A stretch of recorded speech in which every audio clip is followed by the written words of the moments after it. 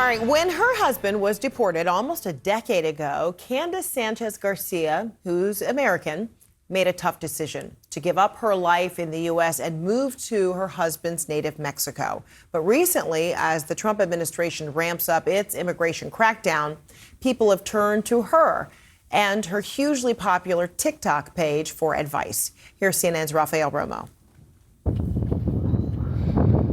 Neither of us, I feel like, knew what to expect. This is what building a life together sounds like.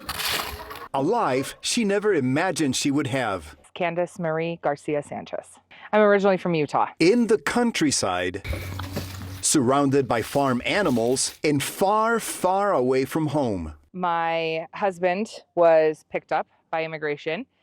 He did have a record in the United States, and he was set for deportation. We tried to fight it for a little over a year. And towards the end of it, we made the decision that we were going to move with him instead. You heard that right. For Candace Marie Garcia Sanchez, breaking up the family after her Mexican husband was deported 9 years ago was not an option. So she decided to leave everything behind and move with their firstborn to her husband's native country, where life is slower and traffic jams do not necessarily involve motor vehicles. Fast forward to now, I feel like we're just living our happy lives and raising our children in a beautiful place, and we get to just focus on our family. That's, what we always wanted. 5 years ago, she made a decision that has turned a traumatic deportation. Good afternoon from Mexico. My name's Candace, and in 2016, my husband was deported from the United States. Into a learning lesson she now shares with the world by going public on social media. Overall, it has been an extremely positive experience for us. We've met so many incredible families that unfortunately are in the same kind of situation or similar situation as us. Her posts range from daily life in rural Mexico, where 2 other children were born, And today when I went to the plaza, I found this beautiful girl. to the hot topic of immigration. Now, there's no getting around it. Deportation is political. She may not live in the United States anymore, but Candace says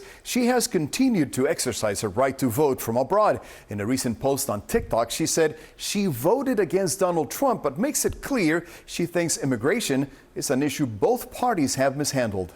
I do believe that both sides have made promises that they haven't kept. Even though I've lived in Mexico for 8 years, I do vote in every election. She has been successful beyond her dreams. She now has more than 1.5 million followers on TikTok and growing.